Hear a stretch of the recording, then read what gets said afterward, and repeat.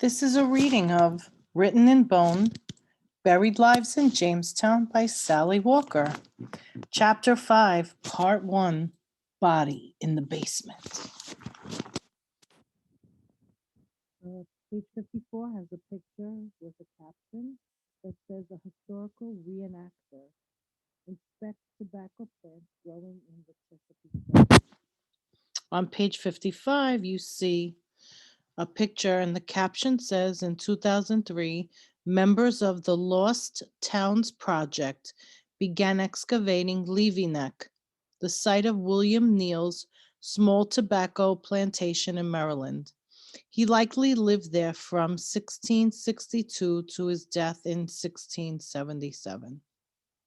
All right, let's read the text. By the early 1630s, Virginia had grown into an established, profitable colony. To the northeast, several English towns had taken root in Massachusetts. In 1634, another group of eager would-be settlers arrived in the Chesapeake region from England. They founded a new colony, Maryland. Like Jamestown's earliest settlers, the English who had come to Maryland hoped to find a wealthier life in North America. But they weren't looking for gold or silver. They planned to make money by growing and selling tobacco. This crop had been widely popular in England, where it was used for smoking and as medicine. Although tobacco couldn't grow in the cool, wet climate of England, the Chesapeake's warmer, longer growing season was perfect for it. While the residents of Jamestown had never found the treasures they'd hoped to claim in Virginia, they did learn how to grow a type of tobacco that English buyers loved. By the time Maryland was settled in the 1630s, the plant had become almost as valuable as gold. As archaeologist Al Luckenbach explained, everybody in Chesapeake grew tobacco. That was the way you tried to get rich. In fact, as the colonists' plantations and their profits grew, Chesapeake settlers paid for most goods and services with tobacco instead of exchanging coins or paper money. Given the many tobacco plantations that existed in Maryland colony, it came as little surprise to Luckenbach that one of the most fascinating excavations of his career took place on a site that had once been a tobacco plantation. Like many extraordinary scientific discoveries, however, it began like any other research endeavor. As the director of the Lost Towns Project, Luckenbach and his team learned about colonial lives by finding and excavating long-forgotten sites. In Maryland, Anne Arundel County, it was there in 2003 that the team excavated the former home of a planter named William Neal. In colonial times, the community established in that area was called Providence. The tract of land on which Neal's plantation was located was known as Levy Neck. For that reason, Luckenbach calls the site Levy Neck. According to land records from the period, Neal's plantation was about 120 acres, 49 hectares, almost the size of almost 110 football fields. By the standard of Chesapeake farms, it was small and not particularly prosperous. At the time, Neal would have been referred to as a middling planter, Luckenbach said. Land ownership records indicate that Neal acquired the Levy Neck property in 1662. Artifacts found during the excavation of the site support the team's belief that the house was built about that time. Further archaeological evidence supports the theory that the house was abandoned sometime around 1677, most likely after Neal's death, which occurred that year. That meant Luckenbach's excavation of the house would reveal activity that occurred within the time period of 1662 to 1677. The frame of Neil's house was fastened to posts that were sunk deeply into the soil. Like Jamestown's palisade walls, the soil stains left by the posts were the only remaining evidence of the structure. An earthen walled cellar was located under the floorboards of the house, probably in the front of the fireplace. Colonial cellars like this one were used for storage of food, beverages in jugs, and household items. Archaeological evidence showed that Neil's cellar also had been used for another purpose, as a trash dump. People lived upstairs and dumped fish parts and pig parts and chamber pot contents and goodness knows what else down there, explained Luckenbach. The artifacts found among the levels of trash included a coin dated 1664. Just beneath the trash and covered only by a thin layer of clay lay something more, much more unusual, however, a human body. Unlike the captain's grave in Jamestown, where a trash pit had been located on top of a long forgotten grave, the grave in Neil's cellar was located in a building that was occupied at the time the body was buried. And at the time of the burial, the cellar floor was already littered with trash. In the years following the burial, layers of trash completely filled the cellar. The most recent artifacts in these layers date to the late 1670s. That means the burial took place before then. The grave showed no signs of having been created with respect for the humans it contained. The shaft was poorly dug with an uneven bottom. It wasn't even long enough. Whoever buried the person had to bend the legs to make the body fit. A large piece of broken ceramic, known to archaeologists as a shard, lay on top of the skeleton's chest. Luckenbach recognized the shard as a part of a milk pan, a wide, shallow ceramic vessel that colonists used to hold fresh milk while cream rose to the surface. It looked very much like the milk pan was used to shove the body into the grave, Luckenbach noted. The archaeologists among the trash nearby. It certainly appeared that the person who buried the body simply grabbed the nearest large object at hand to avoid touching the body. Further evidence of disrespect was even more illuminating.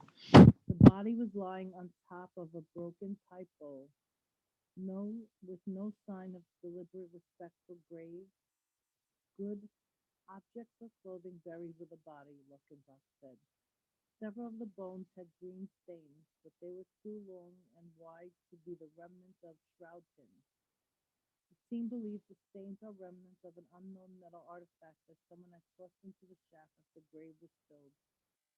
The presence and location of a bone from an ox, cow, or an ox, a nail, and two oyster shells confirms that the cellar was definitely used as a trash pit at the time the body was found.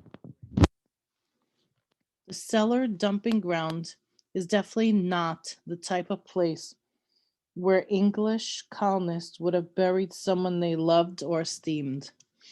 Luckenbach suspected that the body of Neil's cellar might have been that of the person whose loved ones, if any, were far away in England. The person must have also lacked the friends, money, or status in the Providence community to ensure a proper burial. But why would such a person have been associated with William Neil? The answer is work. If a middling planter such as Neil hoped to raise a station in life and become more prosperous, he had to grow more tobacco. This type of farming requires a great deal of physical labor. Neil would have needed help, and he would have most likely bought, not hired, that help in the form of an indentured servant. Indeed, historical documents note that Neil, his wife, two children, and two unnamed indentured servants had lived at Levy Neck.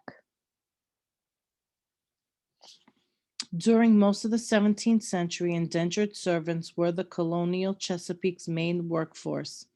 An indentured servant signed a legal document called an indenture, agreeing to work for a landowner for a term of 4 to 7 years. The landowner, also called the master, paid the servant's passage from England to the colony and provided food and a place for the servant to sleep. In exchange, the servant essentially belonged to the master for the entire term. For example, if it suited the master, he could sell a servant's indenture to another landowner. Of the thousands of people who came to Maryland and Virginia colonies in the 17th century, 70 to 85% either came as indentured servants or signed indentured papers shortly after their arrival. Most were between the ages of 15 and 29, although some were younger. Younger children had to serve a longer period of time, such as much as 12 years before they were freed. Upon completion of an indenture, masters had to give servants their freedom dues: an axe, 2 farm tools, a hoe, for example, 3 barrels of corn, and a new suit of clothes. The government also gave servants the right to acquire 50 acres, 20 hectares of their own land. As Luckenbach explained, these servants did everything that slaves did later, when slavery became more widespread. The 17th century was a hard time even if you were not an indentured servant, but it was particularly bad for indentured servants. They hauled water, butchered hogs and cattle, and hoed tobacco. They hung heavy bundles of tobacco in drying sheds and moved hogs' heads, large casks that, when filled with dry tobacco leaves, weighed about 400 pounds, 180 kilograms each. They erected fences and helped build shelters for some drying tobacco and some for use as homes. In short, indentured servants did any job the master demanded, and if they died before their term of service ended, their remains met whatever fate their master chose. At times, masters treated their dead servants like a waste product, said Luckenbach. In fact, in 1661, Virginia enacted a law that prohibited the inappropriate burial of servants. Similar laws were considered in Maryland. The only reason such laws would have been discussed would be in response to an existing problem.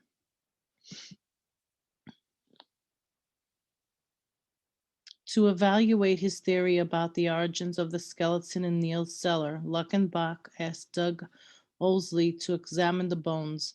Using his standard procedure, Owsley determined they belonged to a male who had died when he was about 15 to 16 years old. The shape of the boy's skull was similar to skulls in other 17th century English colonists. Measurement of the leg bones revealed that he had been 5 feet 2 inches tall, 1.6 meter. He wasn't fully grown when he died, though. His arm and leg bone epiphyses were not yet fused. Next, Owsley searched for clues that might confirm or disprove Luckenbach's suspicion that the boy was a servant. If he had been a servant, he had lived a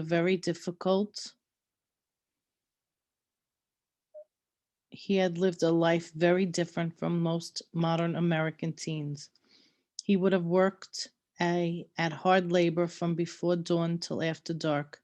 Indeed, according to Owsley, the boy's bones told the story of a short, hard life.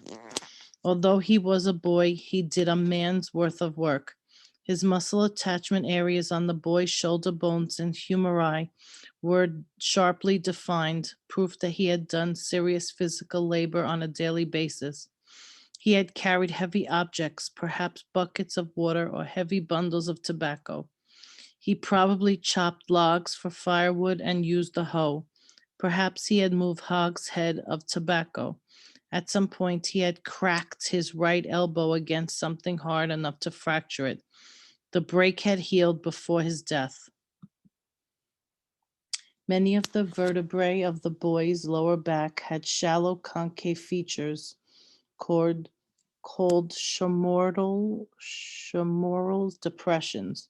Femoral depressions are caused when the spine is compressed by some sort of trauma. For example, lifting heavy objects or twisting the back. Femoral depressions are often seen in modern weightlifters and gymnasts. At the very least, the teenager in Neil's cellar had at times a sore back. Bone evidence led Olsey to agree with Luckenbach's theory that the boy was an indentured servant. Indentured servants were often robust. They worked endlessly, he observed. There were few beasts of burden in the Chesapeake at time. Wagon with wheels were rare too. When an indentured servant moved or hauled something, it was carried on his or her back. Teenage bones showed it. As Luckenbach had observed, the circumstances of the burial pointed toward indentured servitude too. If servants die, you have to bury them. Burial cost the master money, said Olsey. A secret basement burial would have spared Neil the expense of a public one. It might also have saved him another kind of trouble. Some masters abuse their indentured servants, either by mistreating them or by working them to death. A public burial might have given government officials the opportunity to inspect the remains, a situation an abusive master would want to avoid. Had the boy in Neil's basement been mistreated, only further examination in the laboratory would reveal if abuse might have been a factor that led to a secret burial basement.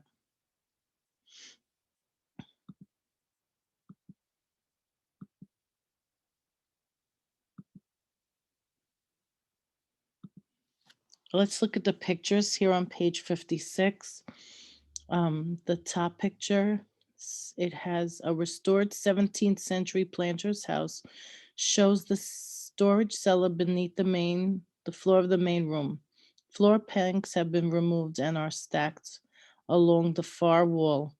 Usually a family stored food and other household items in the cellar. In William Neal's case, the family used it as a garbage pit. On page 57, the top picture, the caption says, "In the pit beneath Neal's house, archaeologists found a coin dating from 1664. The bottom picture shows a skeleton, and it says a thin layer of clay covered the remains of a human body, hastily dumped into the pit. Note the large piece of pottery resting on the rib cage." On page 59, the picture has a caption, and the caption says, "The early colonial plantation workforce included many endangered servants. They signed a document called an indenture, which is shown above, that committed them to work for a landowner for a fixed number of years." On page 60, these two pictures have a caption that says, "Working on a plantation was physically challenging. Endangered servants routinely carried heavy loads." Left, on the left. Shoes like these below would have been typically worn by endangered servants by the middle 17th century. Would have been typical of those worn by indentured servants by the mid 17th century. Pretty bad looking. On page 61, this is a picture of Doug Osley. He's measuring the leg bone of the remains in Neil's cellar. Since the effigies were not fused, Osley knew the remains belonged to a teenager who had came to be called the Levy Neck Boy. The arm bones showed signs, right, that he had carried heavy loads. And on page 62, this is a picture with a caption that says, "A bone in the boy's lower back held a femoral depression, suggests that he may have severely strained his back at some time."